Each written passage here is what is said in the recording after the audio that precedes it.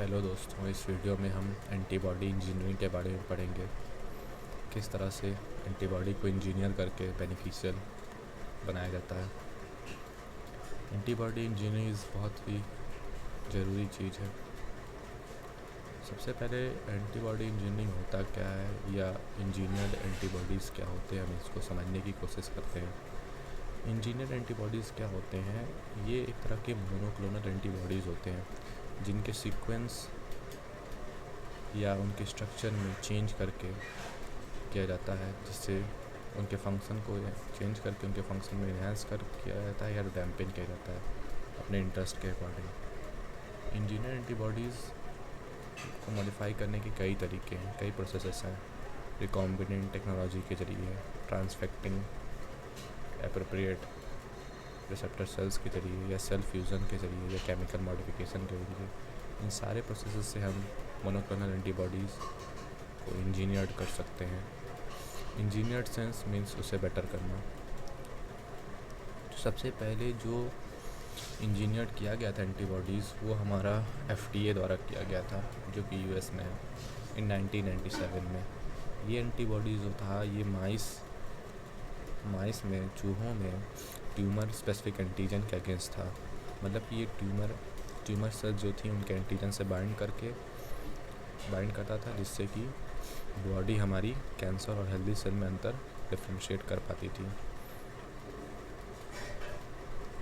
फिर हम देखते हैं sometimes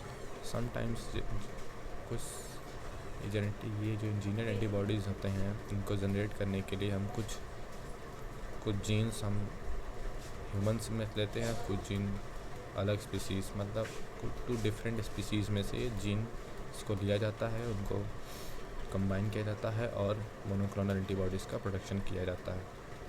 according to the antibody production technology, the application field, engineer antibodies are classified into major categories. ये जो हमारे इंजीनियर एंटीबॉडीज़ हैं, या कह सकते हैं मॉडिफाइड मोनोक्लोनल एंटीबॉडीज़ हैं, इनको कई मेजर कैटेगरीज़ में बांटा गया है। सबसे पहली जो कैटेगरी है recombinant antibodies, therapeutic antibodies, antibody drug conjugate antibodies, बायोस्पेसिफिक antibodies, humanised antibodies, कैमेरिक antibodies. ये सारे हमारे मेजर कैटेगरीज़ हैं इंजीनियर्ड एंटीबॉडीज़ के। अब हमारा सबसे बड़ा क्वेश्चन ये है कि एंटीबॉडी इंजीनियरिंग क्यों रिक्वायर्ड है।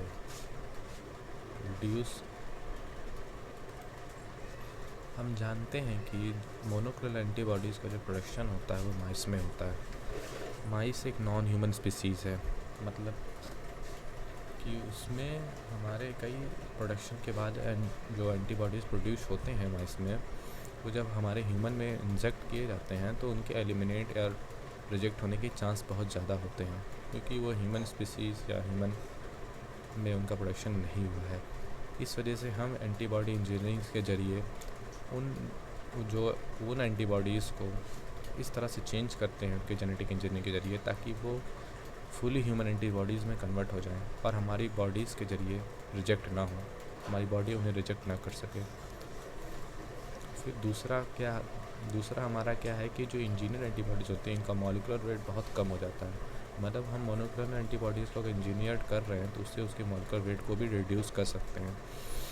अब मॉलिक्यूलर वेट रिड्यूस करने से क्या होता है, इनकी कंडेंसिव या पेनिट्रेटिंग जो प्रॉपर्टी होती है इंक्रीज़ कर जाती है। अब आसानी से सेल वॉल में पेनिट्रेट कर सकते हैं या सेल्स के अंदर भी इंटर कर सकते हैं।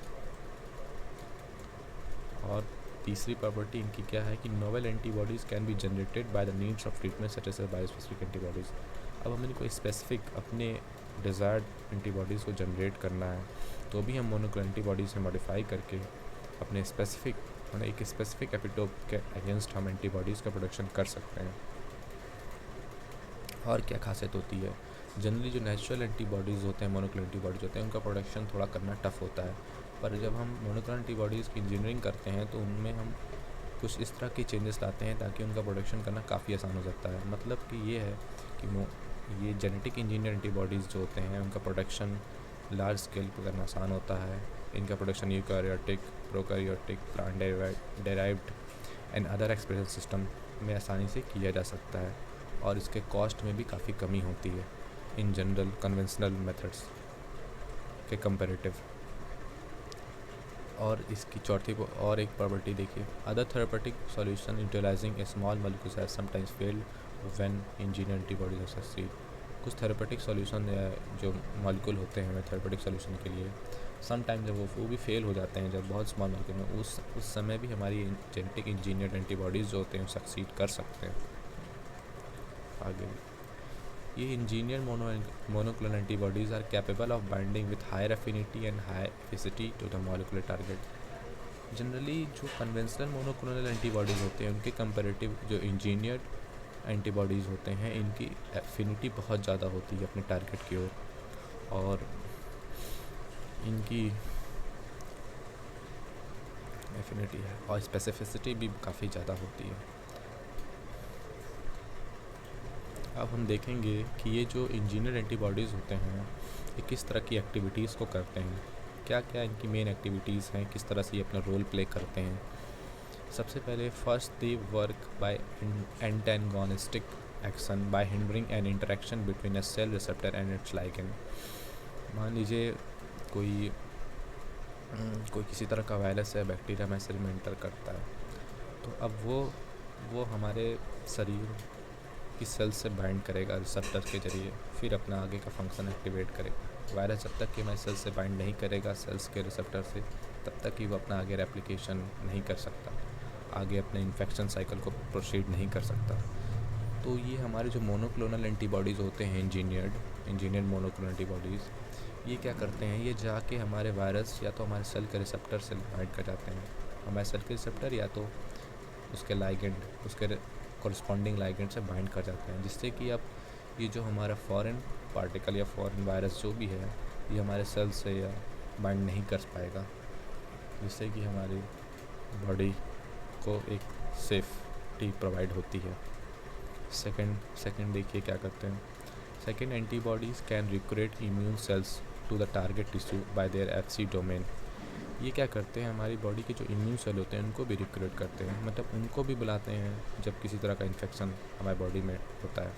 ये किस तरह से करते हैं, इनका जो एफसी पोर्शन होता है ये हमारा बाइंड करता है हमारे टारगेट की ओर, और ये अट्रैक्ट करते हैं हमारे एंटीबॉडी डिपेंडेंट साइटोटॉक्सिसिटी को। मतलब कई ऐसे जो साइटोटॉक्सिटी सेल होती हैं, साइटोटॉक्सिक सेल होती हैं, वो हमारी एंटीबॉडीज से अट्रैक्ट होती हैं और हमारे टारगेट टिश्यू तक आती हैं और एक्शन करती हैं।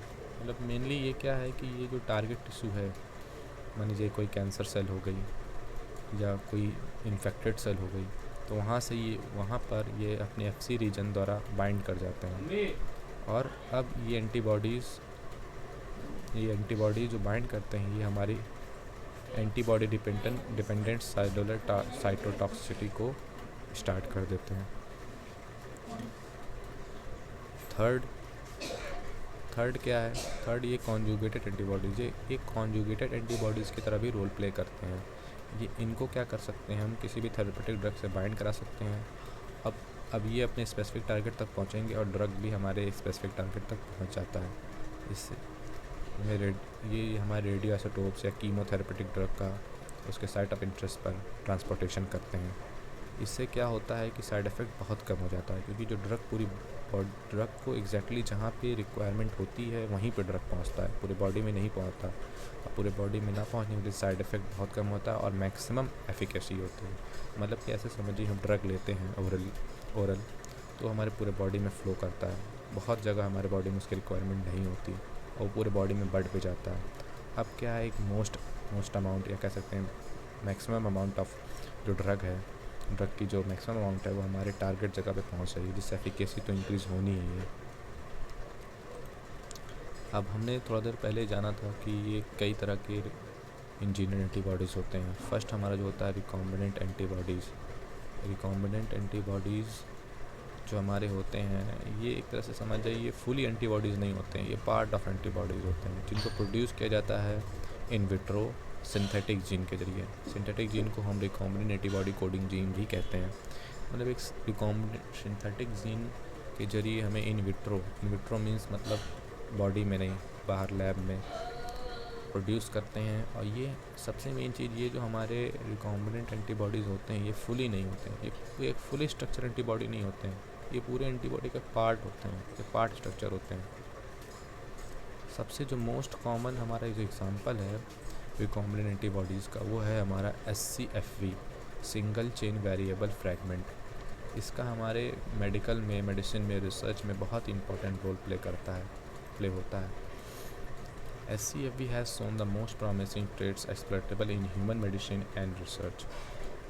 Recombinant antibody produced in fake display maintain high standard specificity and low immunogenicity than conventional antibodies by hybridoma tech. जो हाइब्रिडोमा टैग या जो कन्वेंशनल हमारा मोनोक्लोनल एंटीबॉडीज़ का प्रोडक्शन करने का तरीका है, उसमें जो एंटीबॉडी प्रोड्यूस होते हैं उनके कंपैरिजन हमारे रिकॉम्बिनेंट एंटीबॉडीज़ होते हैं, इनकी इम्यूनोजेनिसिटी बहुत ज़्यादा होती है, उनकी स्पेसिफिसिटी भी बहुत ज़्यादा होती है, लो इम्यूनोजेनिसिटी होती है और हायर एफिसिसिटी होती है rather than the conventional antibodies of hybridoma tag. Low immunogenicity का क्या मतलब है?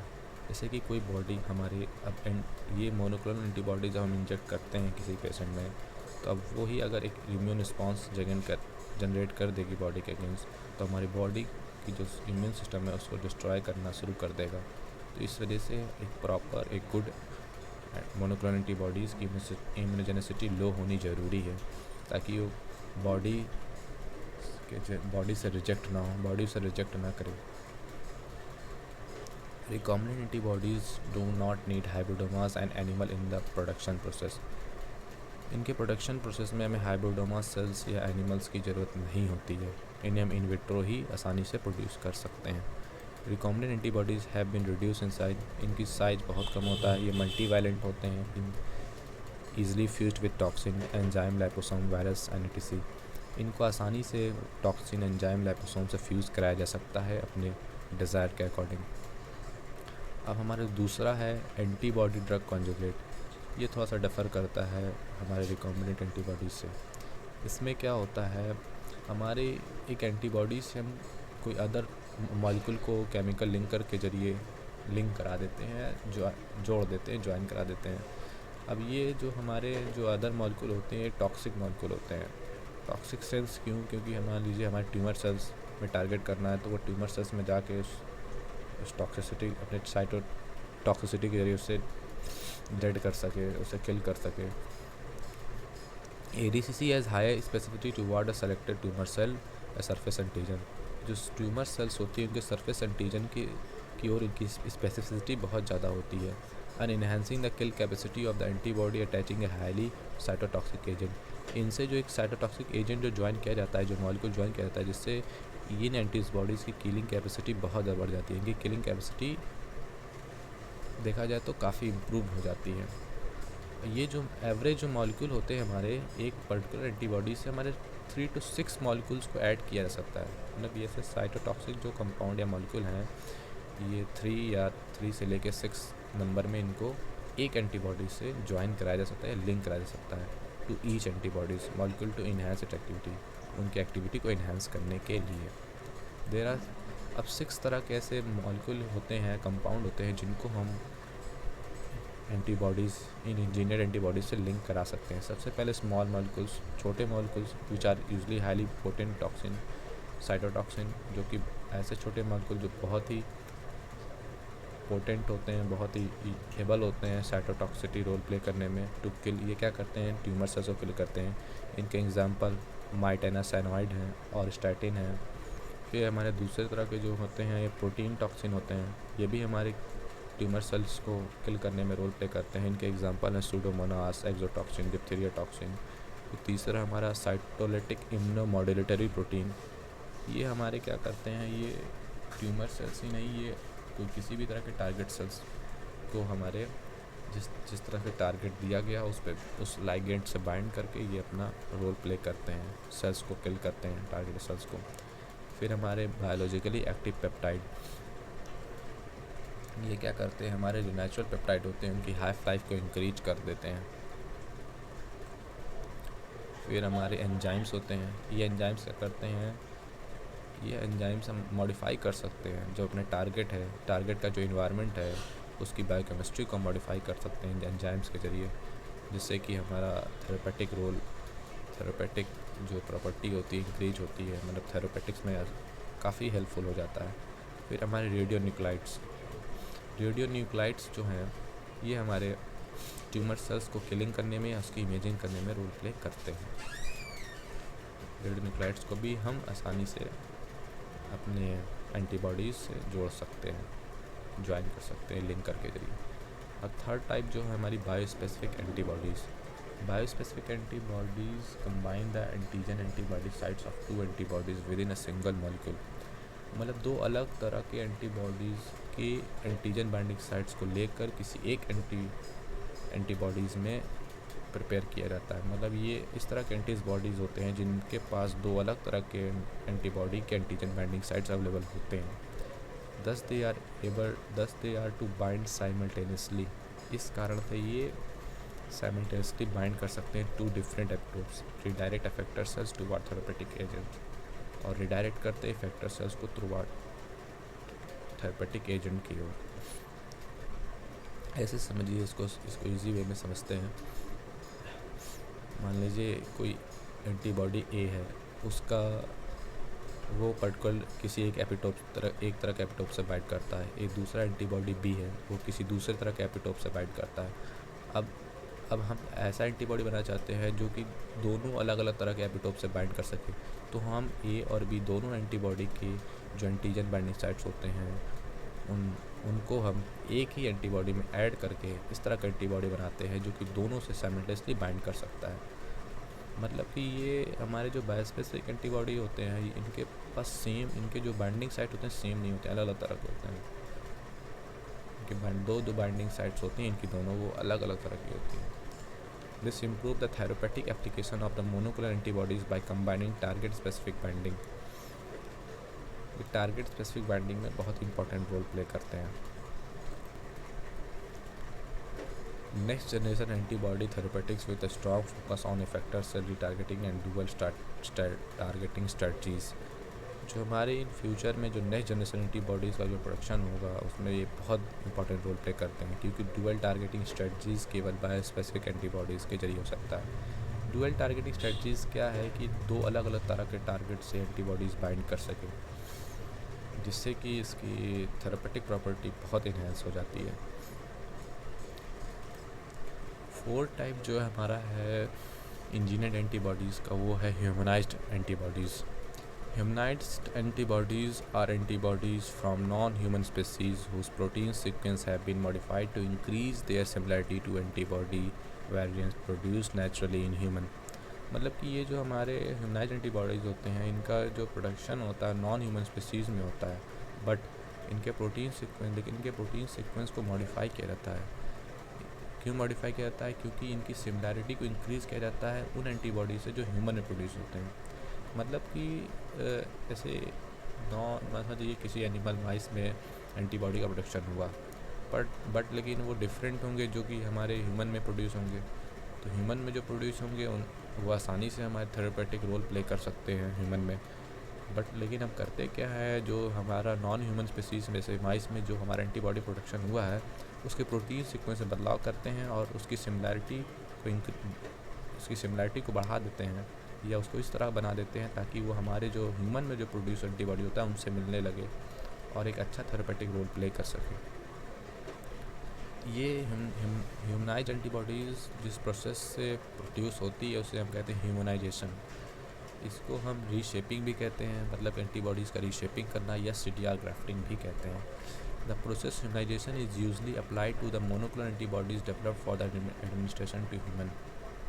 ह्यूमनाइजेशन प्रोसेस जो होता है ये मोनोक्लोनल एंटीबॉडीज़ पे तब अप्लाई किया जाता है जब हमें इन्हें एडमिनिस्ट्रेशन टू ह्यूमन, मतलब ह्यूमन में हमें इनका उपयोग करना होता है। मतलब ह्यूमन में थेरेपेटिक रोल प्ले करने के लिए ह्यूमनाइज्ड एंटीबॉडीज़ बहुत इंपॉर्टेंट रोल प्ले करते हैं, क्योंकि इनमें जाहिर सी बात है जब हम सिमिलैरिटी इंक्रीज़ कर देंगे या ह्यूमन एंटीबॉडीज़ के जैसा उसे ट्रांसफॉर्म कर देंगे जो माइस से प्रोड्यूस हुआ है, तो हमारी बॉडी उसे रिजेक्ट नहीं करेगी और आसानी से हम अपना थेरेपेटिक रोल प्ले करा सकते हैं।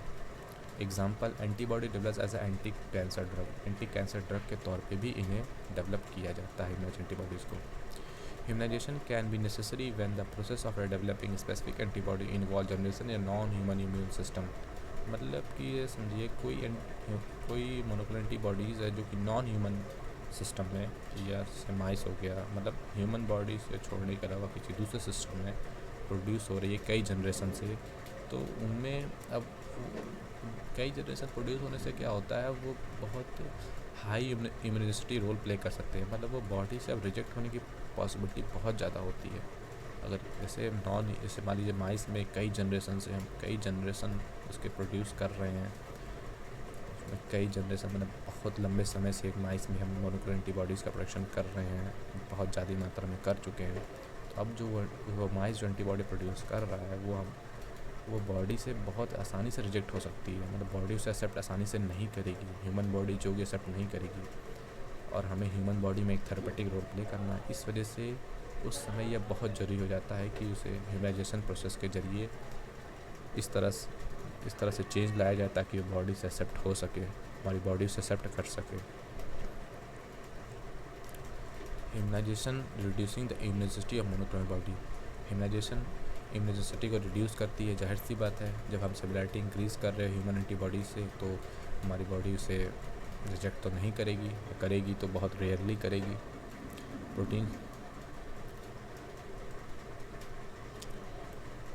अब in fact there are many humanised monoclonal antibodies in clinical trial and few have been approved to be used as. बहुत सारे हैं जो अभी क्लिनिकल ट्रायल में जिनका चल रहा है, बट कुछ ऐसे भी हैं जिनको अप्रूव कर दिया गया है हमारे ड्रग के लिए, ह्यूमन में ड्रग के तौर पे यूज़ करने के लिए। एग्जांपल्स हम देखते हैं कुछ ह्यूमनाइज्ड एंटीबॉडीज़ का। पहला देखिए 0.5B, इसका रेफरेंस जो है मेडा एट एल 1991 ह्यूम एंटीबॉडीज़ हैबिडोमास 2 124 से 134। 1B4 सिंगर एट एल 1993 जे एमनॉल 0.150 2844 2857। ये बाकी भी हमारे लिस्ट में हैं, आप देख सकते हैं। इनमें कम से कम हमें 1 2 3 का नाम पता होना चाहिए जो कि यूज़ होते हैं ह्यूमन में। अब हम ज़रा यूज़ देखते हैं ह्यूमनाइज्ड एंटीबॉडीज़ का। Reduction in the इम्यूनिसिटी of antibody की इम्यूनिसिटी को रिड्यूस कर सकता है। Therapeutic value of antibody increase after humanisation, और थेरेपेटिक वैल्यू जो होती है एंटीबॉडी की वो इंक्रीज हो जाती है ह्यूमनाइजेशन प्रोसेस के ज़रिए। अब हमारा जो 5th टाइप है वो है कैमेरिक एंटीबॉडीज़। कैमेरिक एंटीबॉडीज़ क्या है, इसमें हम जो एक एंटीबॉडीज़ जो हमारा बनाया जाता है वो जेनेटिक इंजीनियरिंग के जरिए प्रिपेयर करता है। इसमें एंटीबॉडीज़ के कुछ जीन्स जो होते हैं ह्यूमंस से लिए जाते हैं, कुछ जीन हमारे नॉन ह्यूमन सोर्स जैसे माउस से लिए जाते हैं। मतलब 2 अलग अलग स्पीसीज़ जिसमें एक स्पीसीज़ हमारी ह्यूमन होगी और अगली दूसरी हमारी कोई एनिमल जैसे माउस हो सकती है। दोनों के जेनेटिक कोड्स को लिया जाता है, इनको कंबाइन किया जाता है और फिर एंटीबॉडी का प्रोडक्शन किया जाता है। कैमेरिक antibodies are generally around 2/3 human. Generally जो होती है हमारी मैच करती है 2/3 ह्यूमन से। इस वजह से reducing the risk of the reaction to the foreign antibodies. इस तरह से ये फॉरेन एंटीबॉडीज़ के तौर पर जो रिस्क ऑफ रिएक्शन होता है वो नहीं होता है, रिड्यूस हो जाता है, बहुत कम हो जाता है। When they are used in therapeutic treatment, जब इनका यूज थेरेपेटिक ट्रीटमेंट में किया जाता है।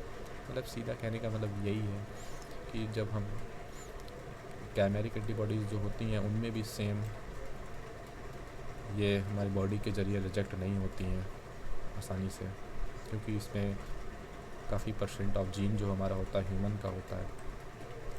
Closely related concept is humanised antibodies made in similar way. ये कुछ हमारे ह्यूमनाइज्ड एंटीबॉडीज़ की तरह ही बनाया जाता है, but containing closer to 90% of human genetic material. But इसमें जो 90% ह्यूमन जेनेटिक मटेरियल का यूज़ किया जाता है, इसको हम मतलब कहने का मतलब यही ह्यूमनाइज्ड एंटीबॉडीज़ से सिमिलर कॉन्सेप्ट है। बट अंतर क्या है कि इसमें जो 90% जो जेनेटिक मटेरियल होता है वो ह्यूमन का यूज़ होता है इन एंटीबॉडीज़ को प्रोड्यूस करने के लिए, कैमेरिक एंटीबॉडीज़ को। It is less easily rejected, ये बॉडी से आसानी रिजेक्ट नहीं हो सकती than the ordinary monoclonal antibodies. इनका प्रोडक्शन कैसे होता है? इनका प्रोडक्शन रिकॉम्बिनेंट टेक्नोलॉजी से होता है।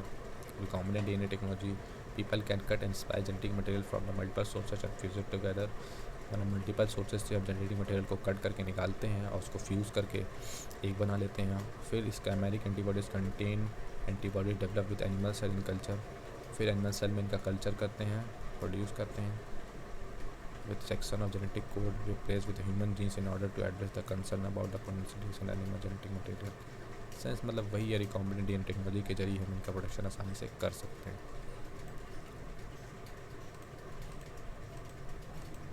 अब यूज़ ऑफ कैमेरिक एंटीबॉडीज़ हम देखते हैं क्या। यूज़ ऑफ कैमेरिक एंटीबॉडीज़ का यूज़ जो है, monoclonal antibodies कैमेराइजेशन is an important and powerful tool. ये इसकी प्रोसेस को हम काइमेराइजेशन भी कह सकते हैं। ये बहुत इंपॉर्टेंट टूल होता है टू रिड्यूस करने के लिए इम्यूनिसिटी को, और when injected into different species. और ये जो कैमेरिक एंटीबॉडीज़ होते हैं इनका यूज़ डिफरेंट स्पीसीज़ में भी किया जा सकता है, क्योंकि ये इनमें डिफरेंट स्पीसीज़ से जीन को इन्वॉल्व किया गया है।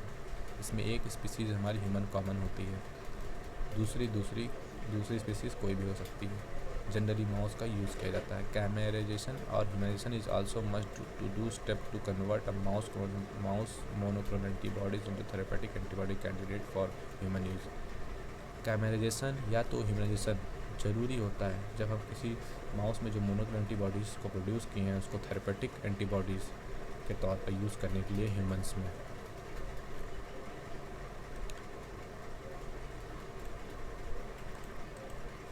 अब हम देखेंगे कि application of engineered antibodies.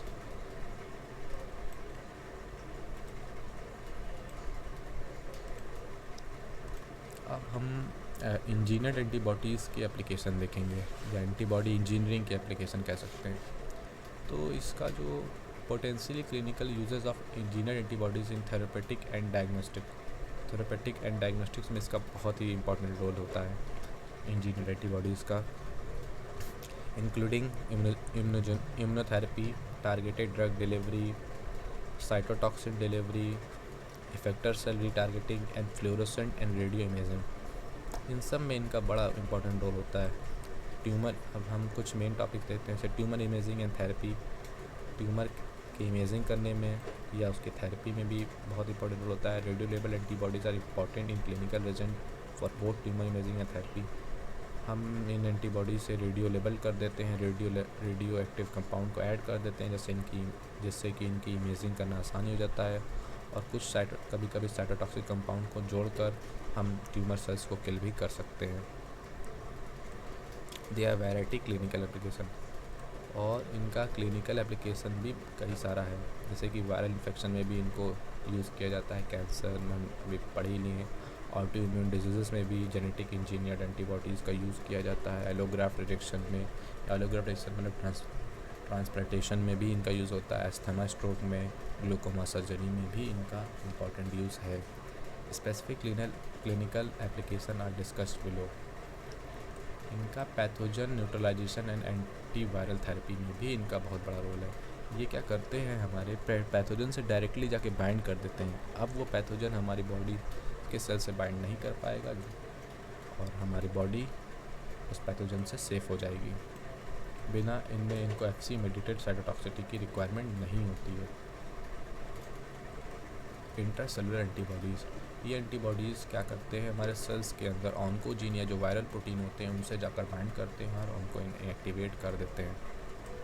Additionally इंट्राबॉडीज़ can express with in the मेमिलर cell, ये हमारे मेमिलर सेल्स के अंदर भी एक्सप्रेस होते हैं, directed to specific organelles where they could be potentially alter the folding interaction modification और subcellular location that target antigen.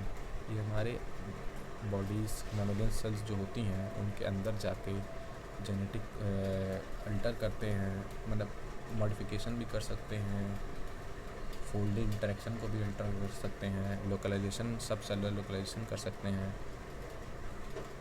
Of their target antigen. जो हमारे सेल्स के अंदर मान लीजिए किस तरह के एंटीजन एंटर कर गए हैं तो उन एंटीजन को ये मॉडिफाई कर सकते हैं, किल कर सकते हैं, उनमें कई तरह के चेंजेस करके, सब सेलुलर लोकलाइजेशन करके या फोल्डिंग इंटरेक्शन को अल्टर करके, बदल करके वो उस एंटीजन को किल कर सकते हैं और एंटीजन को ख़त्म कर सकते हैं। कैंसर थेरेपी में तो हम इनका रोल पढ़ ही लिए हैं। ये एंजियोजेनेसिस प्रोसेस को स्टॉप करते हैं जिससे कि ट्यूमर की ग्रोथ नहीं हो पाती। ये हमारा ख़त्म हो जाता है इंजीनियर्ड एंटीबॉडीज़। आई होप आपको समझ में आया होगा।